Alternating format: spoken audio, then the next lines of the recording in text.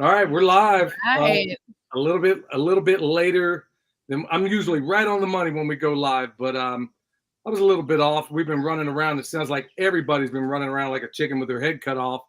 But y'all, today's live. Every Sunday I go live, and typically you're hearing me talk to another farmer, another business owner, another small business owner, another big business owner.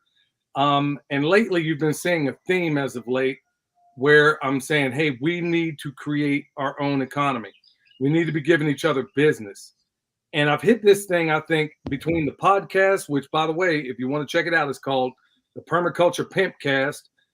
If you want to check it out there, if you want to listen to it here, I can go into a lot greater detail there. We can even talk about some of the stuff that Sean talks about in a platform like that.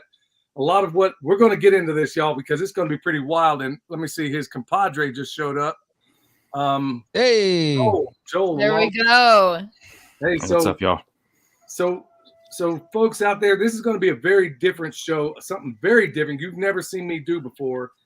I'm a farmer. I'm a permaculture designer. I'm a butcher. I'm a journeyman electrician. I'm the permaculture pimp daddy. I'm all those things. But one group of people that I've never talked to before in this space has been artists. Now, before we get into it, y'all, I want to remind you, like I said, we got the Permaculture Pimpcast right out. So we're about 5, maybe 6 episodes in. Check it out. And additionally, everybody that you're going to see here today, they're linked down below. But we're going to let them tell you more about what they do. I think you're really going to dig this show because truth is, man, I really don't even know where to start because I'm so excited because Tesstamona has actually done our new theme song.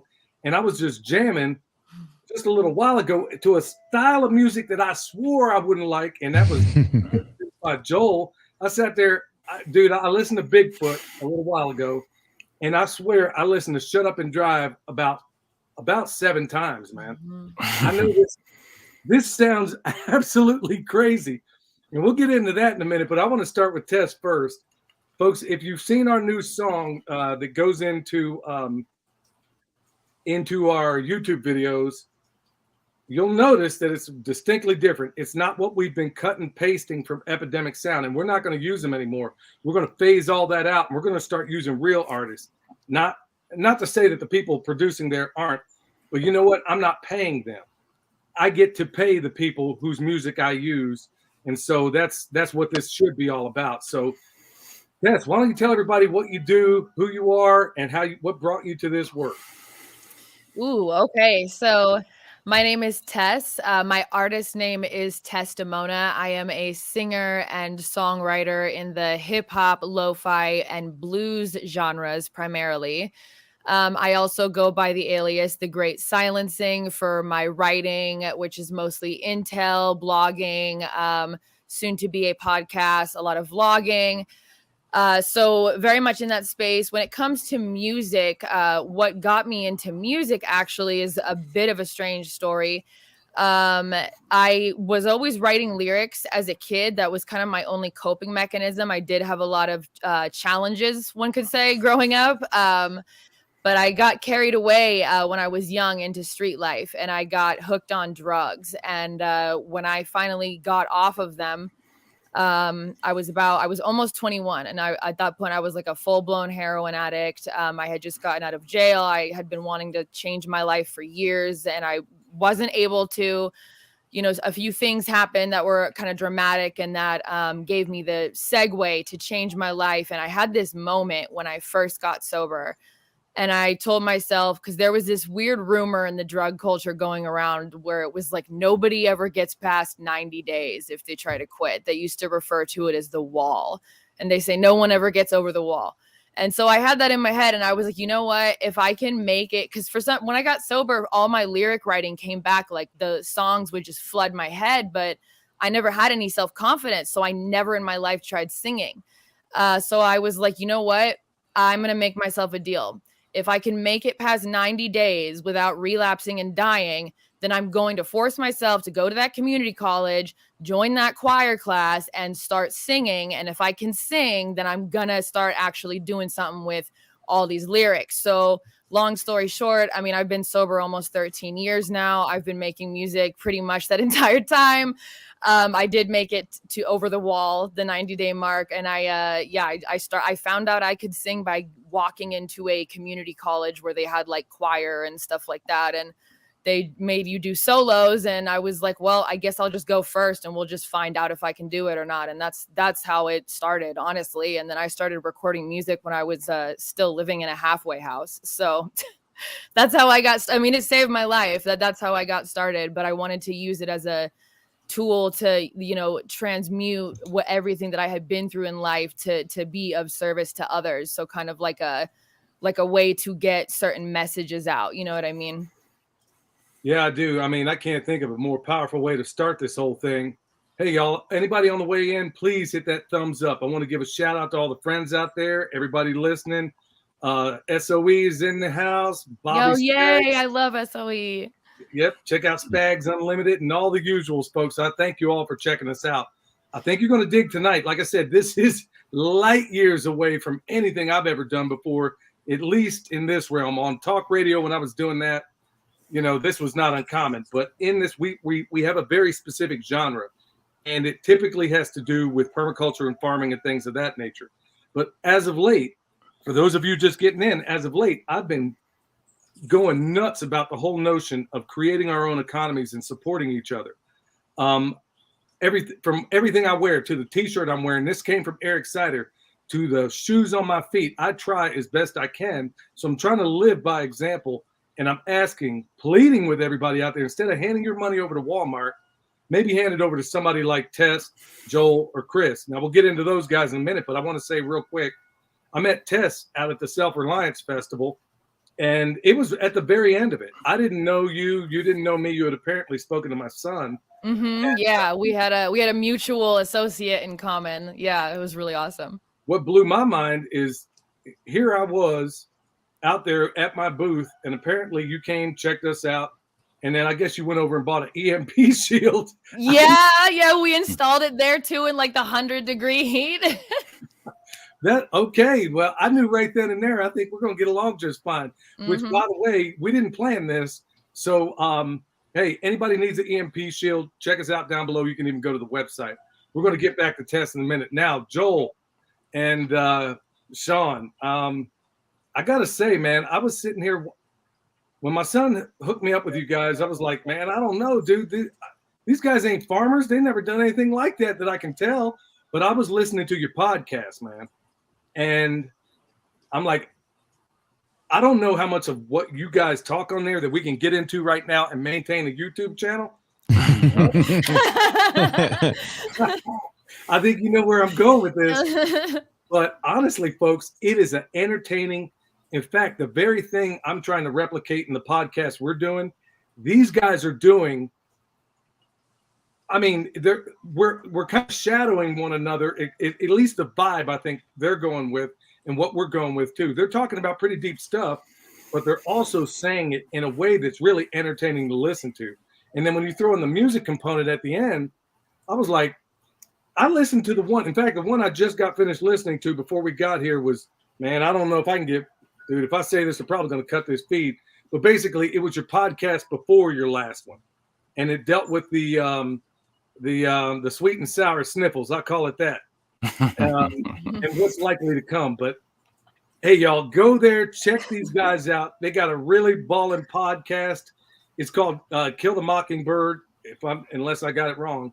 But hey, let's start with you, Joel, because you're the music of the outfit. Let's start with you and then move over to Chris. What brought you to this work? I mean, I've done music for a long time. I did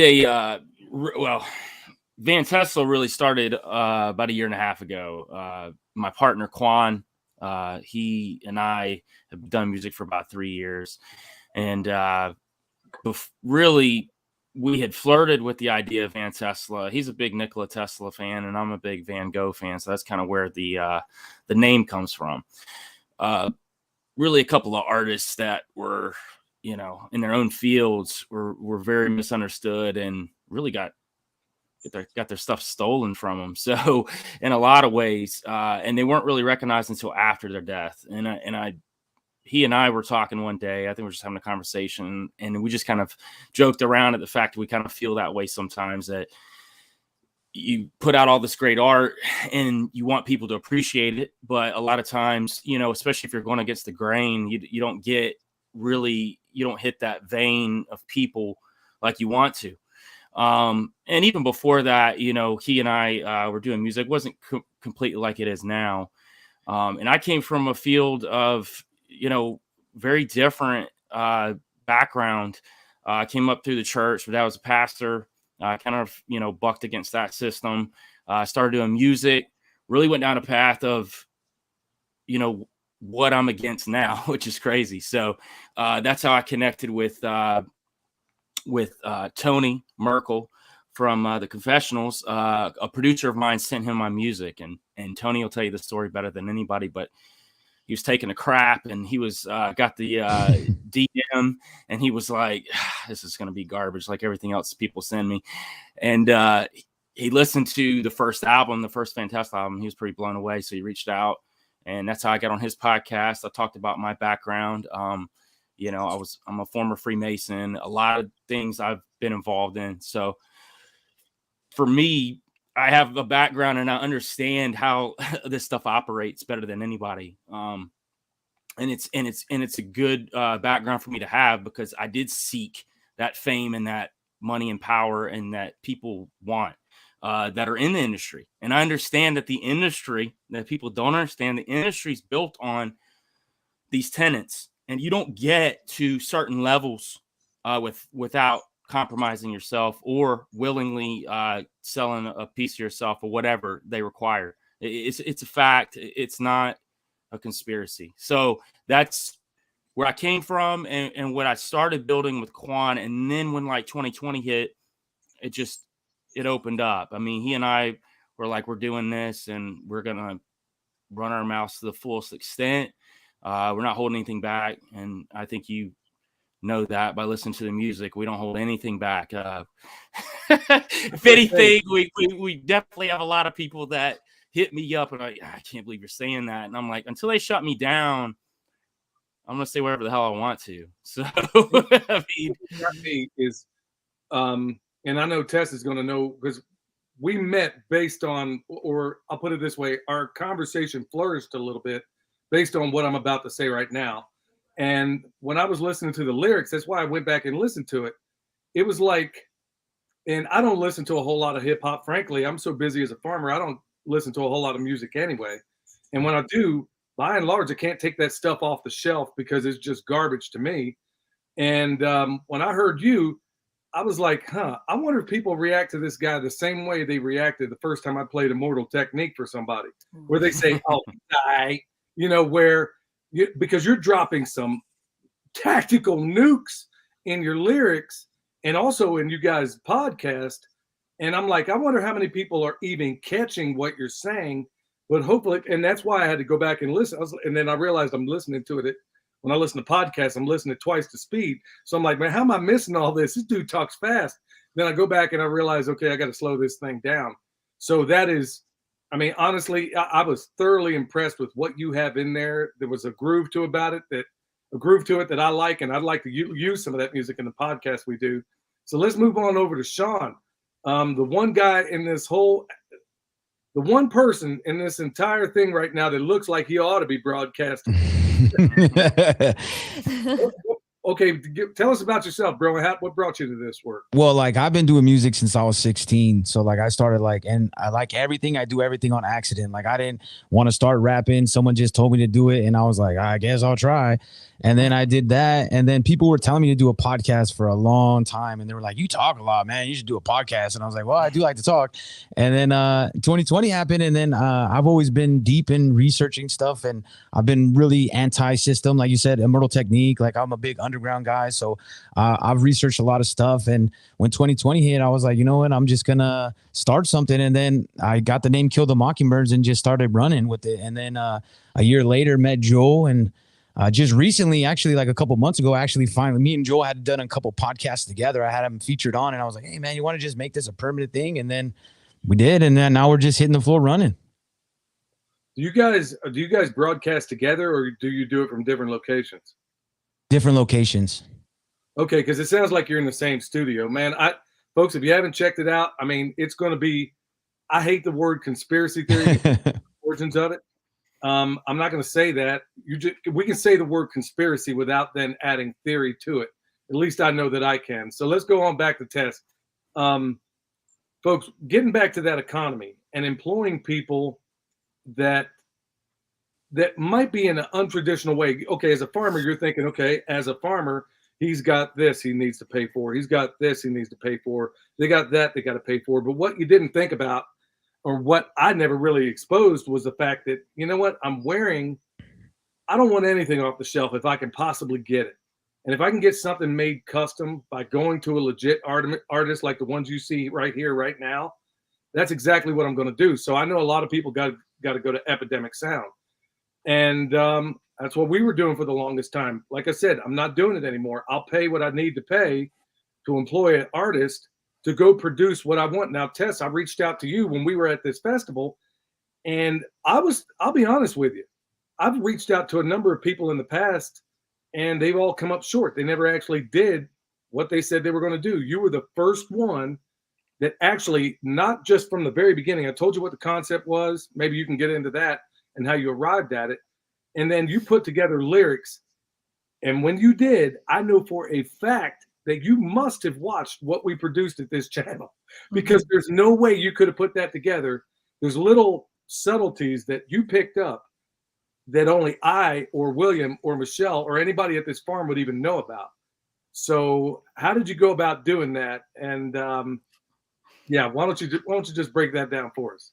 Okay, well, so basically what I did, I mean, after we had the conversation, which was I was so excited, because it's like how it all started was, he was like, okay, I'm looking for this theme song, and I'm thinking like Earth, Wind, and Fire vibes, but with banjos. And I'm like, perfect. I know the guy. So I worked alongside with, he's also a musician and producer and engineer. He engineers my music, so he mixes and masters them, but he's so amazing.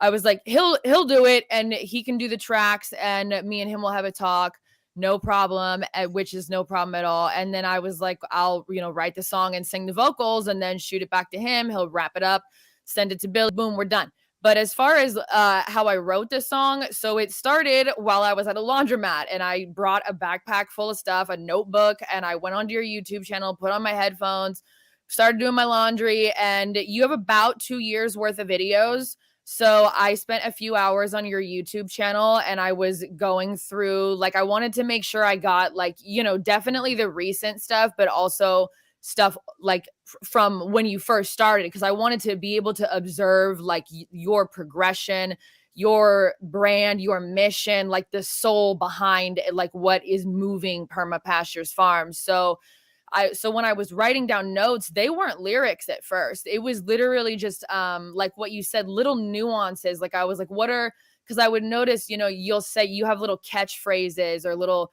things that you say that are like unique to you that I don't hear. Like I remember one time I've heard you say before, like, oh, you're going to wind up with more problems than you can shake a stick at, or something like that. But I'm like, all right, that's cool. I'm going to write that down. Like, it's just like, okay, like trying to absorb literally everything. And also you broke down the definition of permaculture flawlessly. And I used that in the lyrics because I didn't even know that. So I learned a lot, and I was like pretty blown away. So I did spend a few hours on your channel going through your videos. Obviously looked at your website as well. And then I prayed, and I invited, like, I know everybody has a different concept of faith or what they believe in or whatever. Like I'm just going to choose to use the word God, right? Because that's what I use. So I prayed before I started writing, and I was like, and I invited that power into this situation. And I was like, because I just felt really like what you guys are doing is so important, especially for the times that everyone is facing right now. Like learning how to work with nature, work with the land, be able to provide for yourself and your family, and not have to depend on a failing infrastructure. That's so important. And that's the kind of stuff that can keep me up at night. So I'm like, we need to bless this what they've got going on, this family, this movement or whatever. So I prayed and then I started writing and it just all came out. And I sent you the lyrics and then I gave you like kind of an alternate verse because I was like, I wonder if he'd want that instead.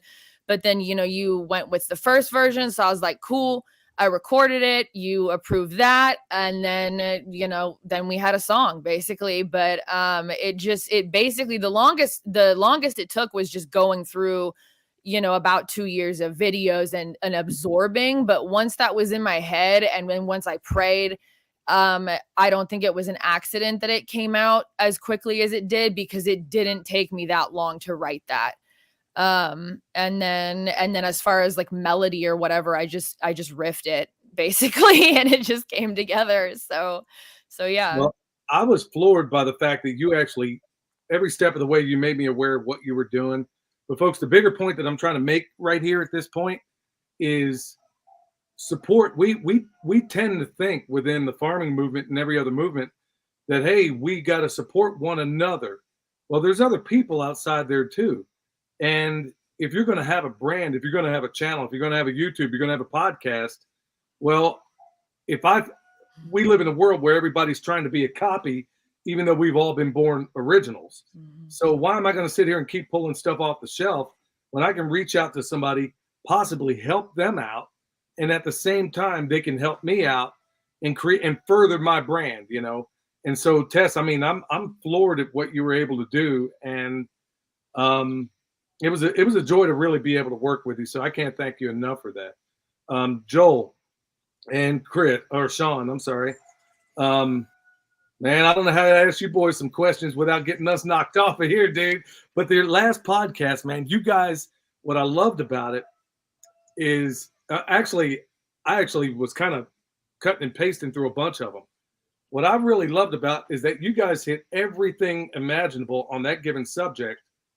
And you made me aware of things that even I didn't know, because honestly, in my spare time, I got headphones in pretty much all day. I'm a farmer, so I got a lot of time to think to myself and put news into my head. And I'm like, man, I'm glad I heard about these guys, man. I like what they're doing. Why don't you tell everybody, while keeping this channel, if we can, let's start with you, Sean. Why don't you tell everybody what it is you talk about and what your goals are with that podcast? Because I got a feeling, I know some of the people in this thread, John, wink, wink, wink, wink, Darren, Patty, wink, wink. You're going to want to check them out. Trust me. Tess, you probably want to check them out too if you haven't already. Oh, I definitely have. Yeah.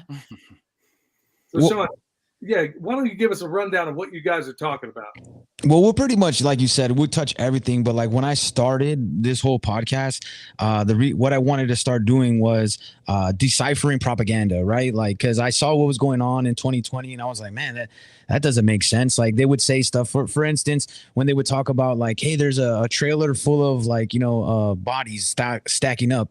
But then you're like, well, there is. And then why is that? They make it seem as it is because the what's it called, the code red, as we call it, or something like that, was stacking of the bodies, with not realizing the reason why there were so many bodies inside of a trailer was because people couldn't go to funerals, right? Because people weren't allowed to have funerals, so people were waiting months to have funerals. So that's why the morgues were stacking up. And just seeing little lies like that, and trying to show people like, hey, there's more to this world than all the things that the news is telling you. As well as the main thing I like to teach people is just like, hey man, fix yourself. Like they say red pill, blue pill, all these pills, and I'm like, there's one truth that everybody needs to know is work on yourself. If you work on yourself and your energy, that will go to everybody. Stop worrying about everybody else. Stop worrying like, oh, I gotta fix this person. No, fix you, and then everything else will fall into place. So do you guys, I know that you're broadcasting from different places. I'm going to ask all of you this to a certain extent, and it's not a gotcha question because everybody's in different transitions. Not everybody's a full-time farmer like I am, and they're trying to make that transition. Now, you guys have gotten into the podcast world. Joel, let me start with you. Do you have a regular day job that you do while you're off and running doing this? And are you able to manage it all? I try.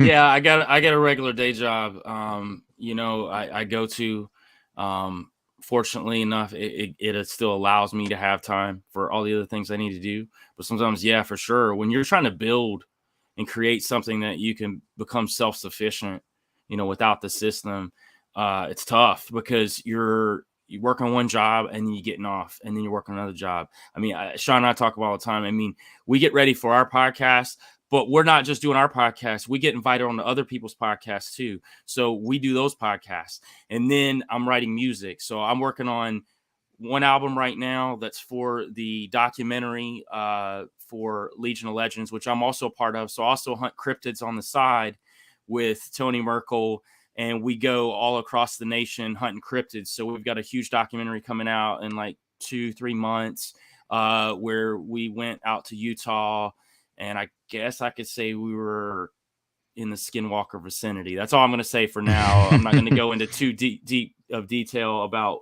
what we did there because it's going to be unique when everybody sees it. But we did have the Dogman documentary that we put out that I was a part of last year. It did great numbers, got a lot of recognition through some people that we needed it to be able to push this to another level than the next documentary.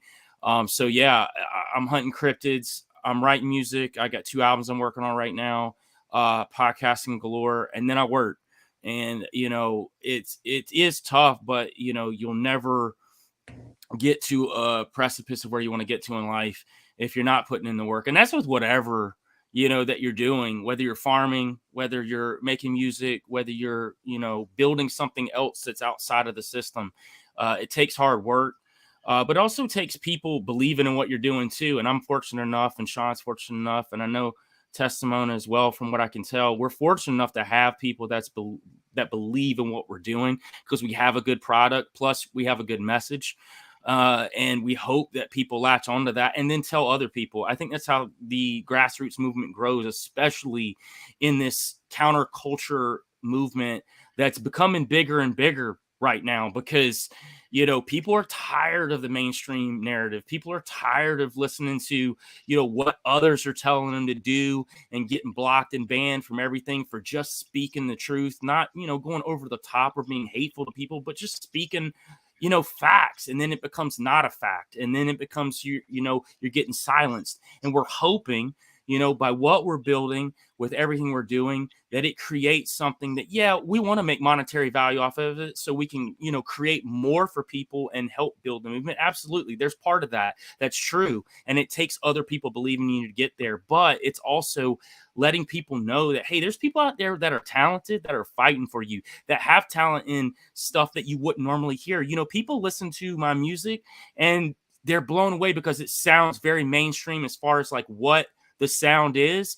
Well, there's a reason for that because I feel like I can be fire and still speak the truth. Like I don't have to compromise, I don't have to sit there and I like to, Joe Budden used to say it, rapidy rap, like the guys that rapidy rap all day. Well, you know what? I can sing, I can do all this other stuff that these mainstream artists are doing and have you loving it, but at the same time speaking the truth. And I feel like that's the thing that's lost right now is in the counterculture movement is this influx of actual talent that's going to push against the system. But you're seeing it so much, and 2020 brought that out. You're seeing these guys that are in the movie industry and all that, they're pushing back. They're like, nah, man, like I'm going to take my talents elsewhere because I can. You know what, Joel? Hey, little advice for you and Tony. Next time you go looking for cryptids, just instead of going to the Skinwalker Ranch, maybe head on out to 1600 Pennsylvania Avenue. You ain't gonna go looking for cryptids. You're gonna see them. You don't need any 3D cameras or anything, brother. It's all right there. Sean, hey, bro, let me. The reason I'm asking this question is that there are so many people right here in this thread that are looking to make a jump into full-time. By and large, it's either farming, it could be value adding, it could be they make blankets out of the wool they have. It could be any number of things.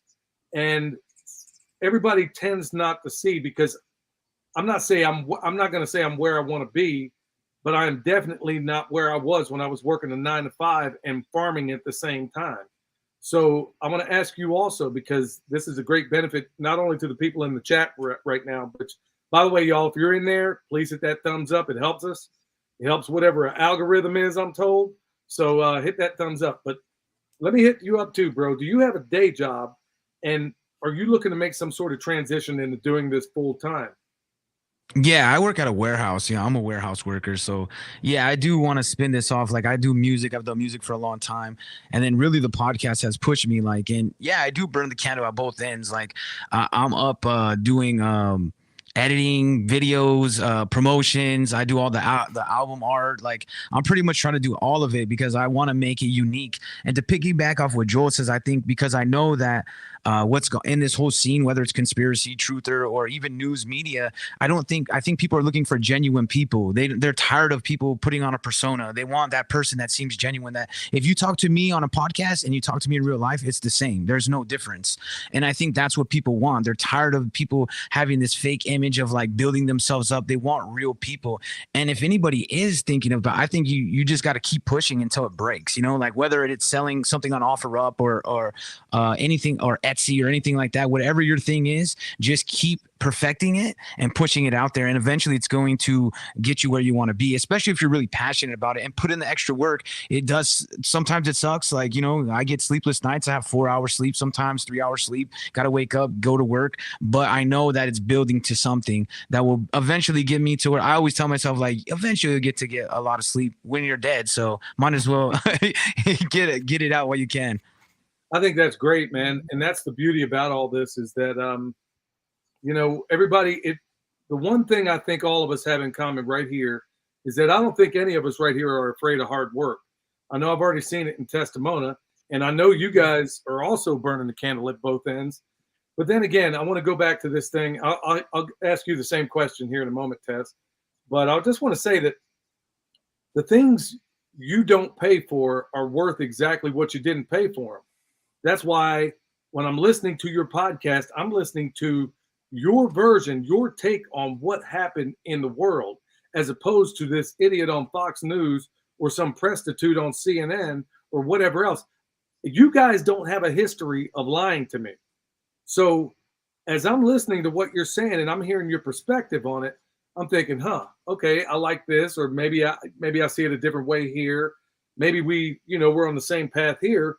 But I don't think for a moment that you guys are manufacturing lies together like I know they're doing in the mainstream media. So when we're talking about building our own economies, maybe that's what we ought to be doing also in terms of not just our artistry, but maybe also in terms of how we acquire our information or whom we believe.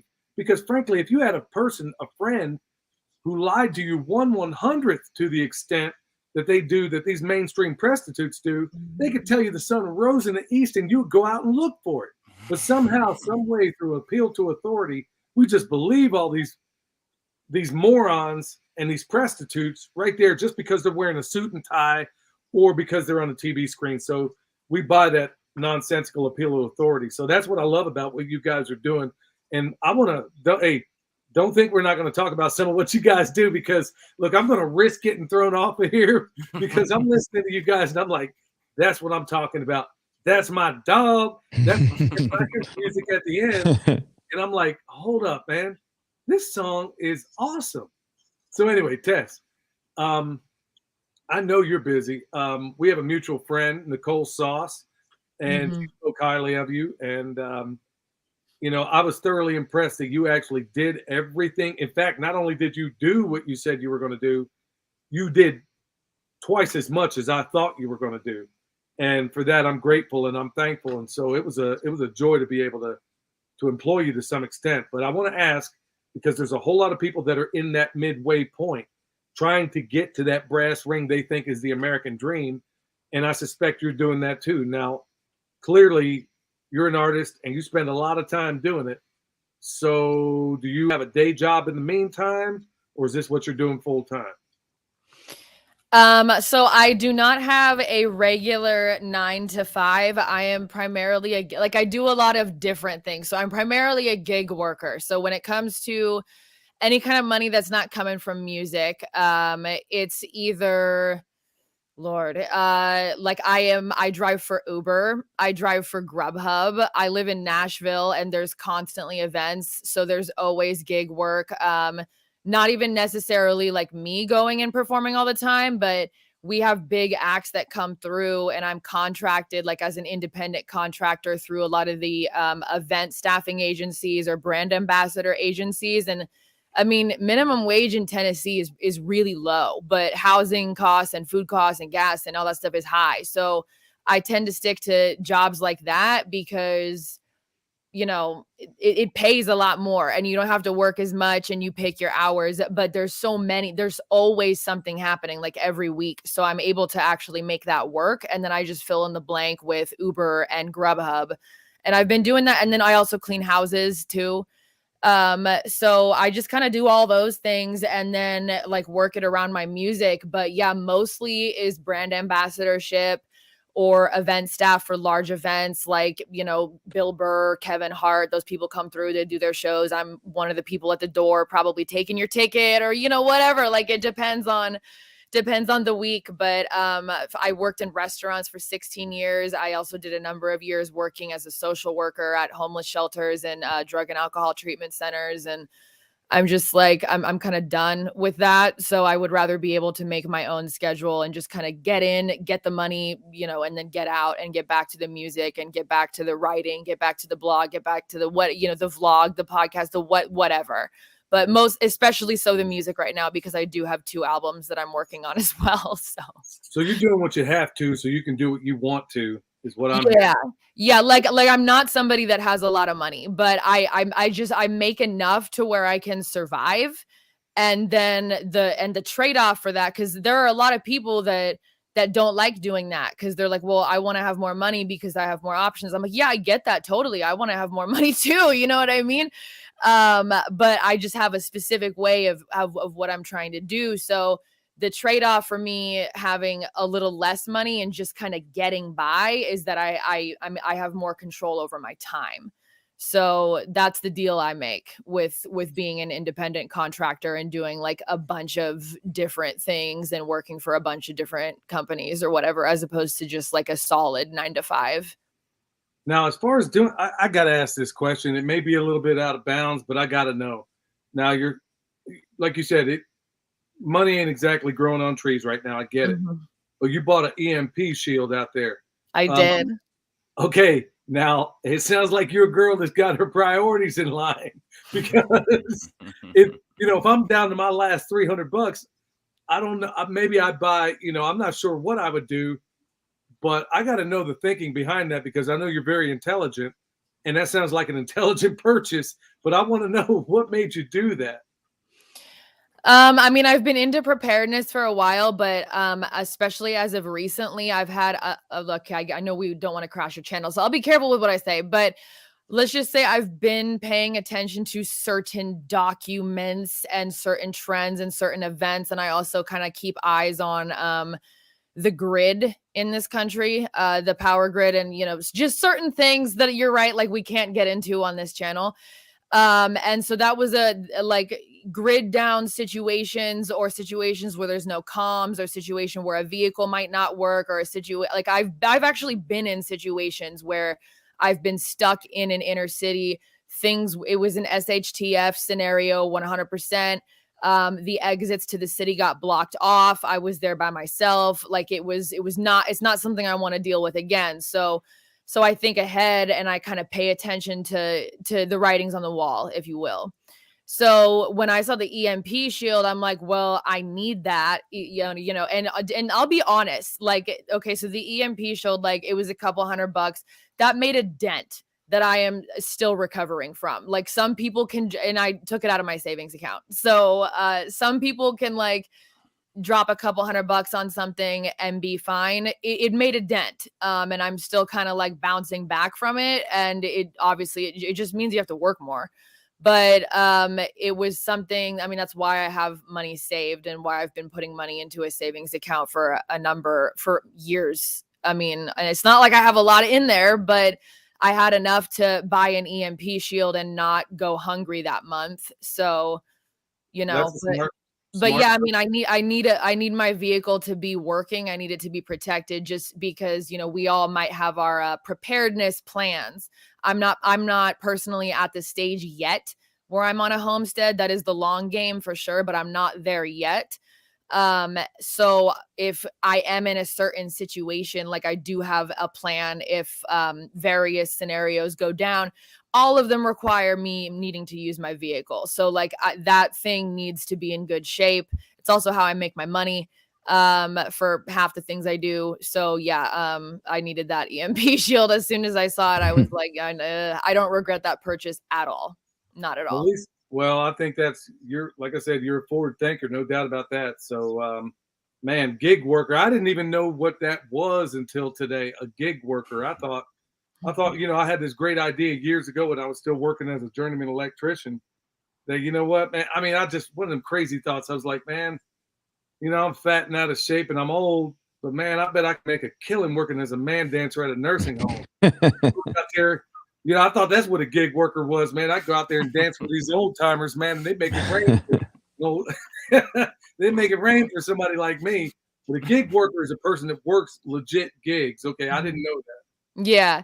Yeah. All It right. could be it could be my gig or it could be me working someone else's gig as like event staff or whatever it is they need. It's different every time, but there's money in it and it is an entertainment city. I live on the outskirts. I don't live like in the city. It's what, I don't for reasons, but there's a lot of work there. So Yeah.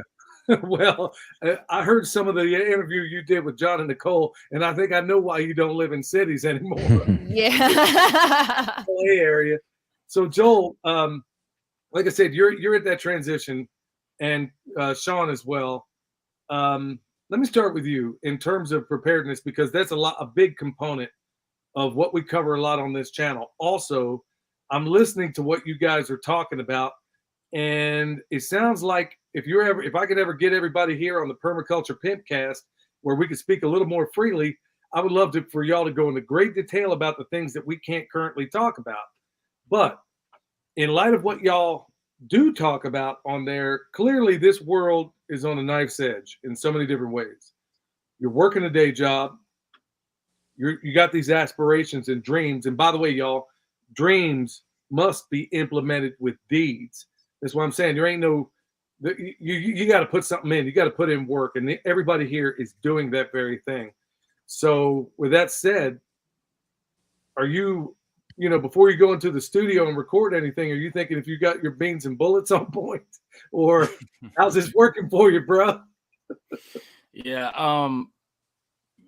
I actually, my day job, I sell houses for a living, and I'm fortunate enough that it's a private business. One, it's not like a huge conglomerate, and the owners are very down to earth, and they're very against the system too. So it works out good for me, especially when everything was going down in 2020. They weren't implementing any of the stuff that all these major places were doing. They were highly against it. They still are. I looked at it as a blessing. I still do, that I'm able to maneuver even with that job. I can still maneuver and do the things that I want to do. As far as preparedness goes, I think that, it's a daily process. You got to, understand how the world's operating the best way you can. It's just piecing, the puzzle together, and nobody's ever going to piece it all together. There's too many moving parts, but at least you can understand at the core base that everything you're being told is a lie. So, I did a post the other day about the NASA pictures that were put out, and I tell you what, man, they went crazy on TikTok. They were, all these people, oh, you think it's fake, you this and that. I'm like, listen, I'm not saying space is fake. I'm not saying anything. I'm just saying that anything that NASA's telling you is fake. They're not telling you what's the truth. So at the end of the day, there's a level of truth that they give you. They do that on purpose. They got to be able to sprinkle stuff in here and there to, alleviate your concerns. Preparedness, just knowing that there's things on the horizon, food shortages on the horizon. There's a lot of other things, power grid, we could go into it. I don't want to go too deep here, but there's things that you have to understand that are on the way. And there's things you can do to prepare for that. I mean, if you don't have enough room at your place, if you can, get a storage unit. If not, pack it in wherever you can at your place that you're at. There's so many things you can do that people think they can't do, that are monetarily not that expensive to do. So there's all kinds of avenues that you can go down to take care of yourself. Sean and I talk about it all the time. And it's also equipping your mind. I mean, it blows my mind how people are so just brainwashed. And I'm going to say on both sides of the spectrum. I mean, people get really caught up in left and right and that whole paradigm. And it's like, listen, like both sides are playing you. Once you realize that, you can really start making some moves and you can wake up happy. Listen, people think I'm like in my basement and I'm like, got a tinfoil hat on all day and I'm freaking out. Like I'm actually not. Like I'm actually loving life. And I know God put us here on this planet to enjoy life, no matter what kind of garbage is going on around us. I mean, at the end of the day, like we still need to enjoy life. We still need to enjoy like why we're here on this planet in the first place. Yeah, there's a bunch of all kind of tertiary things that are coming at us from all sides. And you do need to prepare yourself. You need to understand that these things are happening. You need to lift that veil off your eyes, but at the same time, enjoy life. Don't get so caught up in it, because here's my thing. And I'm a spiritual person. And my thing is this: if God's got me, why am I even worried? Like in the first place, I shouldn't be worried, because at the end of the day, the deceiver's going to lose. So like, why am I sweating this in the first place? And I think the doomers are the ones that are literally, taking the black pill and everything's just, oh, it's raining down, everything's going whatever, and there's no hope. Like, no, I'm not saying there's no hope. Just because I'm not picking left or right doesn't mean that I'm saying there's no hope. You're just putting your trust in politicians. There's no politician going to save you. Nobody's here to save you. Like, I think when people realize that, then they can really start making some moves and we can tear the system down. But I don't know if that's ever going to happen. I just know that there's coming a point in time where people are going to have to make an absolute decision, and there's a fork in the road, and it's coming. It's already started, but there's going to be a huge moment where people are going to have to make that decision, whether you're going to go down one path or go down another. Well, they better wake up and smell the corruption, or you're going to fall asleep drinking the hemlock. I mean, hey, they're okay. Yeah, somebody put that in the song. It's on. Son, you got an EMP shield for that microphone, and you got some freeze dried food under that desk. What are you going to do if it jumps off, brother? Do you have any plans for such things? Yeah, actually I do. I got like I don't have like an EMP shield and all that, but what I do is I have my Patriot Supply. I got big into them in 2020.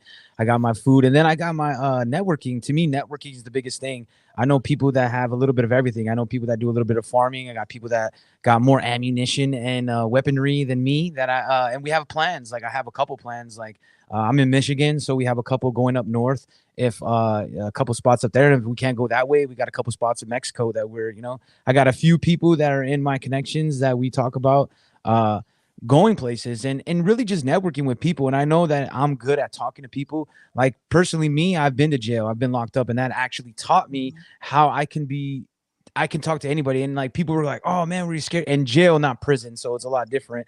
But in jail, like people were like, man, weren't you scared, man? And I was like, no, man, I learned a lot of myself. Everybody liked me, man. If you just talk to people, make people laugh, and give them entertaining and be a genuine person, most people are going to want to help you out or push you in that direction. Plus, you have to give too. You're not just expecting to get things. And yeah, I would just move. We got a couple plans, but I won't say too much because like I don't want everybody to go because we don't know how everything. Yeah. No, I can dig it, man. It's it's funny when I stop to think about it. It seems to me that we ought to swap the people that are in prison with the people that are calling the shots right now. Yeah. There's probably a greater degree of honor among those folks than there ever would be among these polecats that run things. Wow, man, this thing is moving along.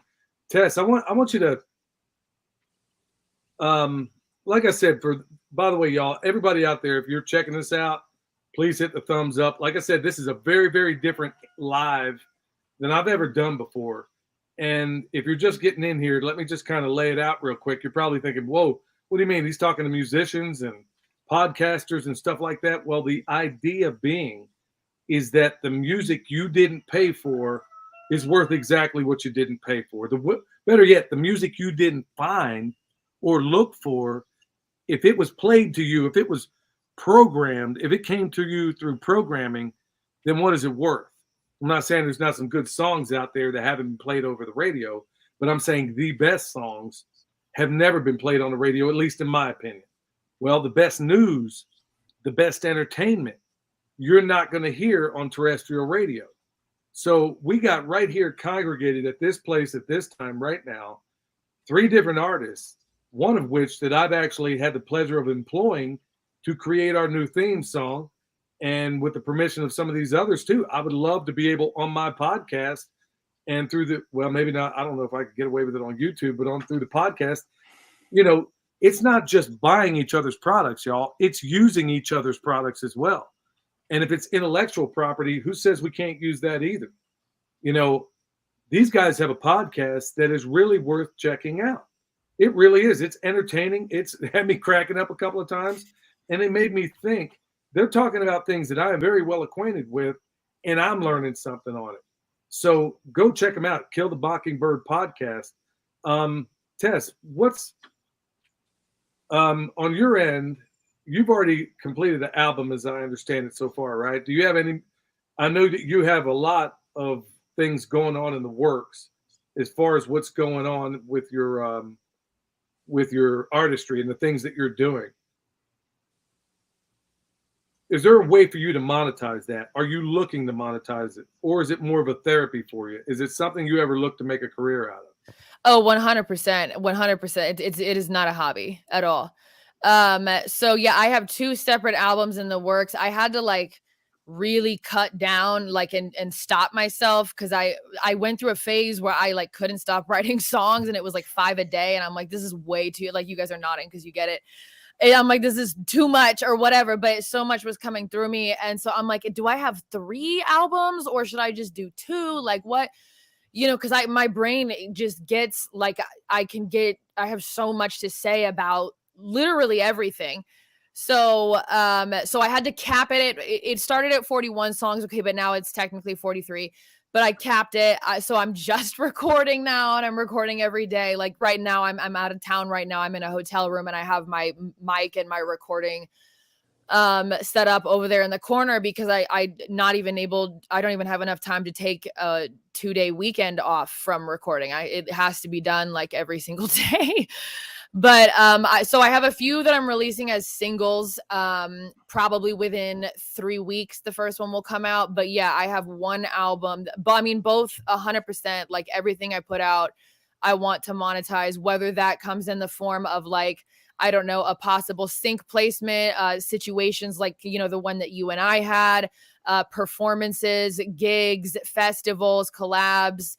As you know, the streaming royalties are nothing. Like for people who don't know, like artists with their streaming royalties on Spotify, you get 0.009 cents a stream.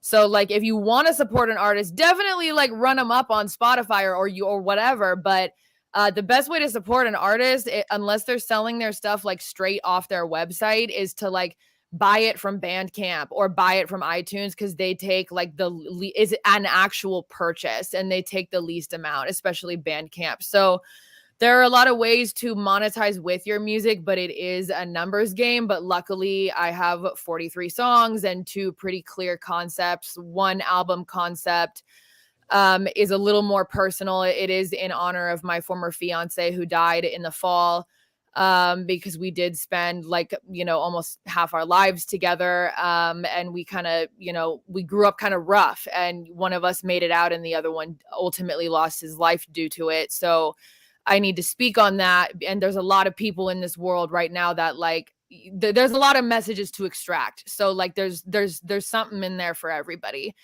You didn't have to live that life to be able to connect with that. But it's something I need to do for him as well. And then the other album is a lot more online with, you know, what these guys are doing, where it's basically just, I'm not going to say it's a diss track to the world because it's like a whole album, but it's not like outright insults, but it's just calling out everything I see. And also throwing out solutions and being like, hey, what? And Sean actually touched on this, but like, I feel like something that is so underrated or underspoken of in any kind of preparedness communities or truther communities or whatever is the emphasis on like, okay, well, what are you doing to like mentally, emotionally, spiritually, physically prepare? Like, how are you taking care of you? What's your relationship like with you? Because if like, regardless of how hard times are right now, this is still pretty easy. And look at how hard it is for people to have authentic relationships with other humans. And now we're talking about scenarios where we're going to have to rely on each other under levels of stress that most people have not experienced. And people just think that's going to just go smoothly. Like, nah.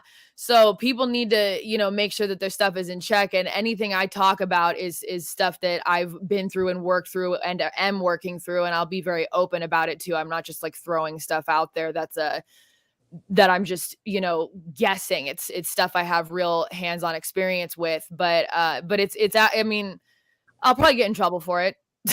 We'll put it that way. I'll probably get in trouble for some of the songs on there for sure, but I don't care.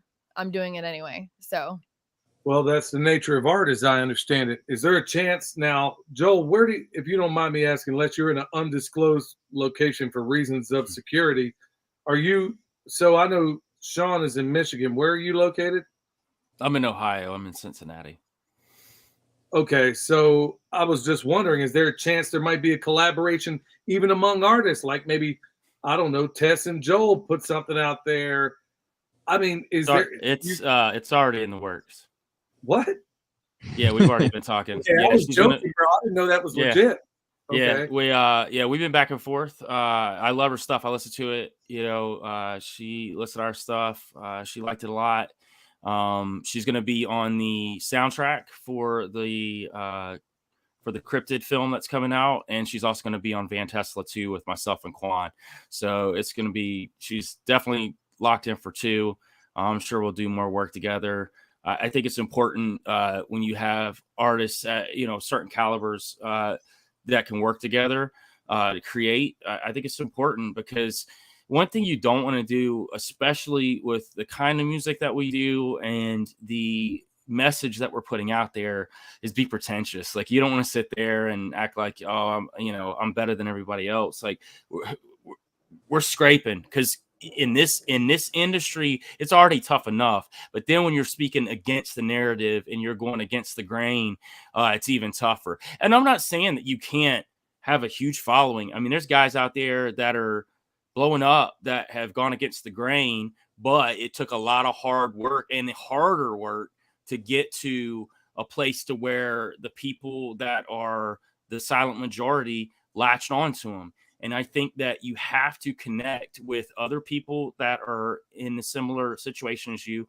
And honestly, if I like you as an artist, I'm probably going to try to work with you. And that's just me personally. Same thing with Sean. You know, when I reached out to Sean, I just knew he ran a podcast. I actually just emailed him over some music. It was like, hey, check out the music. It was nothing that I was even trying to work with him or anything like that. It was just more like, hey, check out the music, see what you like. He hit me back. I was like, man, this is fire. Like, can I get you on the podcast? So I ended up working with him. He ended up being on Woke Summer, which is it was a summertime song we put out that's very over the top. Check it out if you can, but it's not something we're going to play here today. He got on that with myself and Quan. We've got a song that I'm going to the studio tomorrow to drop. It's a country song. So he and I are doing a country song that's we're working on for this project for the soundtrack. So yeah, got a lot going on. But yeah, to your question, I've already been in talks with Tess. So it's wow. That's extraordinary. I was just kind of throwing that out there because we're talking about supporting one another. There's a lot of people that buy the products we make here, and I'm doing as best I can to put the light on everybody else out there that is, you know, that I'm working with, like with Tess. I mean, I've worked with her and it was a joyful experience. And I would love in some way, some capacity in the future, perhaps through the podcast realm, because I would love to get in more of what you guys are talking about, Sean, because honestly, what I hear on there, it's just not a couple of, I'm hearing guys that are having conversations that I bet Tess would easily jump right in. I'll put it this way. I've had a very short conversation with her at that Self-Reliance Festival enough for me to realize that she speaks the same language as the rest of us, maybe speaks it even better in her own way. And not anybody here is believing any of the mainstream lies. So, Sean, I want to know where is this podcast going next? Give us a kind of because there's probably a fair number of people. We got like 180 on the live stream.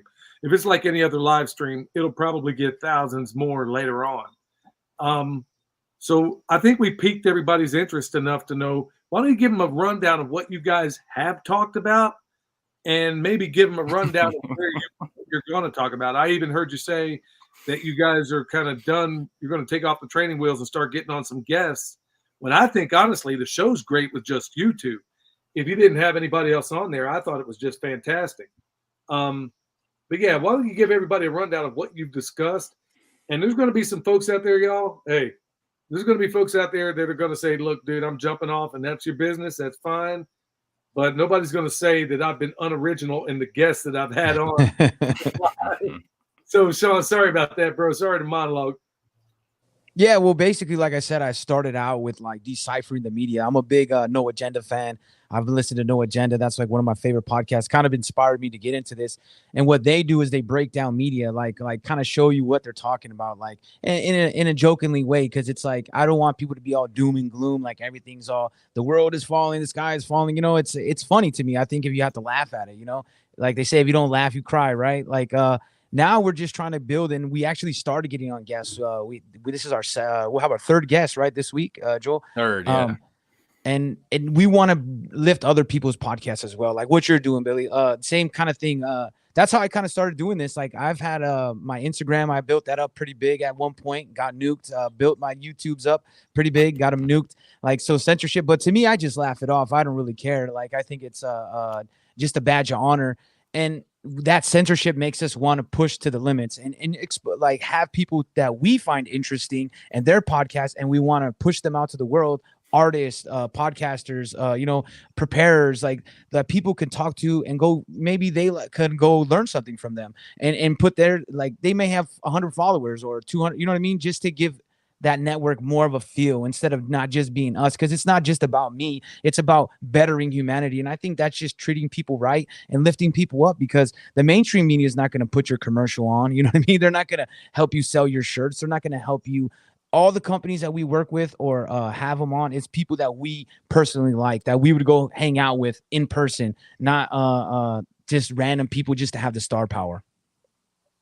That's what I'm talking about. And that's exactly what I'm hoping that this show right now, this live, is shining a laser beam on what I've been trying to preach for the last, month on this channel. That being that we have got to build our own economies. The powers that, I heard you guys say you like James Corbett. Well, one line that he always says is, the powers that shouldn't be would want us all at each other's throats, and would also really, really delight in the fact that, you know what, we just go to them and their Walmarts, their Targets, and their other big box stores, instead of creating this economy between ourselves, where, you know what, if I buy music from Tess and let's say I don't like it, I can go to her directly and say, hey, can we tweak it here? Instead of banjos and Earth, Wind, and Fire, you think maybe we could put in some fiddles or something like that? Or if, you know what, she buys Comfrey from me, and I've gotten this from time or two, you know what, hey, Billy, that stuff you sold me, half of them came up. Well, you know what? Because I am a businessman, I am going to do everything I can to set things right. Maybe you guys are doing a podcast and you got something wrong. And let's say it's not on purpose, but let's just say your information wasn't adequate. I can at least write to you and know that I got through. You can do the same with me. That's the beauty of creating these economies, where I've had the benefit of getting to know Tess just because we were in the same space at the same time at a festival with a bunch of other people that all felt it in the same kind of way. We're all there. It's like one giant island of misfit toys. So that's kind of what this live has been tonight. So I know we got to cut it here in a minute, but Tess, why don't you tell everybody where they can find you, what you got going on, and how they can support you? All right. Well, first I'm going to start out by saying where you cannot find me, because I just saw something pretty interesting in the comments, Rebecca. So I'm talking to you.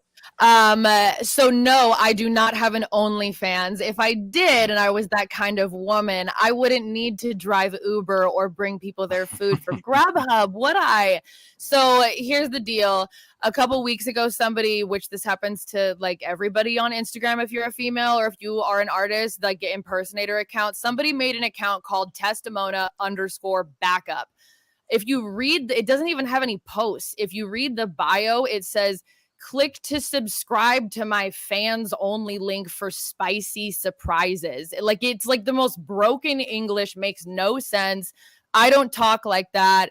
So like, it's obviously a scam. But that happened a few weeks ago. I had a lot of people report the account, but they blocked me. So I have not been able to report them and tell Instagram they're impersonating me. So if anybody would like to look for Tesstamona_backup and report it as an impersonator, thank you. That would be very helpful. No, I do not have an OnlyFans. Thank you, Rebecca, for bringing that up. So one day Instagram will take it down, maybe, but that happens a lot. Like, there are impersonator accounts. Other than that, you want to find me? I am on all socials under the name Tesstamona, which is displayed on the screen. If you're looking for kind of more along the lines of what these guys do in their podcast, like for my blog or vlogs or podcasts that I've been on, and this is also going to switch from a blog to a podcast. It's more like investigative material, one could say. I'm just like being lightly because we're on YouTube here. On Instagram, that is The Great Silencing. You can go to tesstamona.com/blog and find it there. You can also find me on Telegram. On Telegram, that channel is at The Great Silencing Uncensored. You can find my music channel is at Tesstamona Music. Other than that, I'm on literally all platforms, and the link to all of my links is in the description box of this live. I know that William put that in there. So yeah, you can find me anywhere under Tesstamona on any platform. And then also, if you see The Great Silencing, that's my other alias for getting into other topics, because I got hammered with insane amounts of censorship about a year ago. So I had to make another account. Hold on, wait. Apparently, I missed something. What happened in the chat? Is it that Rebecca W? Okay, she became a discount code. Let me look up. So, hey, Rebecca, keep it up. We'll make you a discount code again. So look, I don't censor anybody, even when they're tripping, unless it just gets totally indignant. But here's the problem. Here's the problem. I don't have any backup, and I'm the world's biggest Luddite. So if somebody else doesn't know how to take these people out and put them out of the chat, I definitely do not know how to do it. Hey, sorry about that, Tess. I don't even know what she said. I don't even know what you said in regard to what she said. Members only. She didn't say it. I just saw she was like, she's on OnlyFans, and I was like, okay, well, she must have looked me up on Instagram, because as far as I know, that's where the fake account is. It's not on the Float app. It's not even on YouTube. It's not on Telegram. It's not on, any the list of apps that I'm on are endless. So that's where the fake one is, and it has a link. It's not an actual OnlyFans link. It's like a fans only. I don't know what it is. It's like, it's weird, but it is giving the vibe that they're selling inappropriate pictures or whatever. So if somebody were to be dumb enough to fall for it, like, you're just giving your credit card information to like probably some dude on the other side of the planet who is scamming you. But yeah, I saw that and I was just like, no, I'm gonna go ahead and speak on that, because no, I do not do that at all. Okay, well, hey, I got one for you on the Kill the Mockingbird podcast. I want to know why my phone's getting screwed with, Testamona's getting messed with. Every freedom lover I know is getting screwed with in every way imaginable, whether it's the censoring, whether it's this, whether it's that. But I don't ever hear none of this happening to some of these basket cases out there. Hey, there's a show. Hey, you want the subject matter expert on it? Have me on, nephew. I'll tell you what's happening with my phone on this end. All right, so we'll start with you, Joel. And I know you guys are joined at the hip with some of what you do, but I know you guys do a lot of media. So, Joel, let's start with you and tell everybody where they can find you and how they can support you. Yeah, it's real easy. I consolidated everything here recently in the past few days. I made it a lot easier for people. You can find me pretty much anywhere at Van Tesla Music. It's super simple. There's no underscores, there's no nothing. You can find me on any platform. I might not be posting on TikTok. I got a little ban today. I'm fighting them again. So I tend to win these battles because they ban me for stuff they're not supposed to. This is what it is in this field. Like Sean says, we just laugh about it. It's almost like, well, you're doing the right thing when you start getting the bans and start getting the censorship. Instagram, same thing at Van Tesla Music. Twitter, the same thing. If you're looking for my music, though, look for Joel Thomas. I'm connected with Quan Duke. You can find my music there too, because we're very connected with a lot of music that we do. So if you're looking for the music, go to Joel Thomas on any platform, literally any platform worldwide. Obviously the main platform, Spotify, Apple Music, like Tess said earlier. If you're looking to give us, more monetary value than just the streams, which is fine too. If you've got the platforms, iTunes is probably your best opportunity. Bandcamp would be your best ones where, we would see the most back from what we're doing. I do have a merchandise store for Van Tesla. You can go to my link tree, which is also Van Tesla Music. That'll be at the bottom of this post that Billy's going to do. So you can honestly click on the link tree and it will take you to literally every single place that I'm at on the planet. All right. That's what I'm talking about. And by the way, y'all, I am going to buy their music too. As soon as William gets home from doing consultations, because I don't know how to do it. So anyway, we'll let him handle that. Okay, Sean, how can they find you, bro? And talk. Well, you can find me on Instagram at Operation Kill the Mockingbirds. It used to be Kill the Mockingbirds, but like I said, I got to like 22K. They destroyed the account recently, so you got to go to at Operation Kill the Mockingbirds.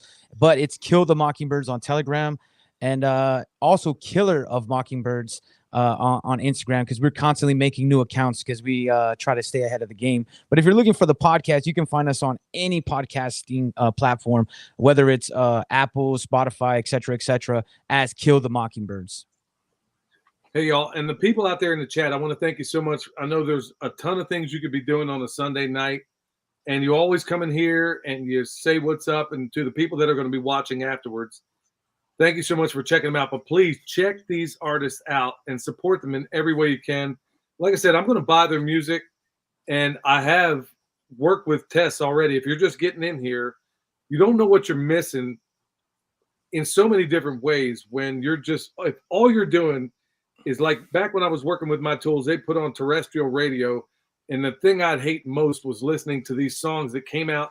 They're still playing the same songs every day, same time of day, same songs. And you mean to tell me Led Zeppelin only had them same 3 songs on that one album? Come on, man. They had some other stuff on there.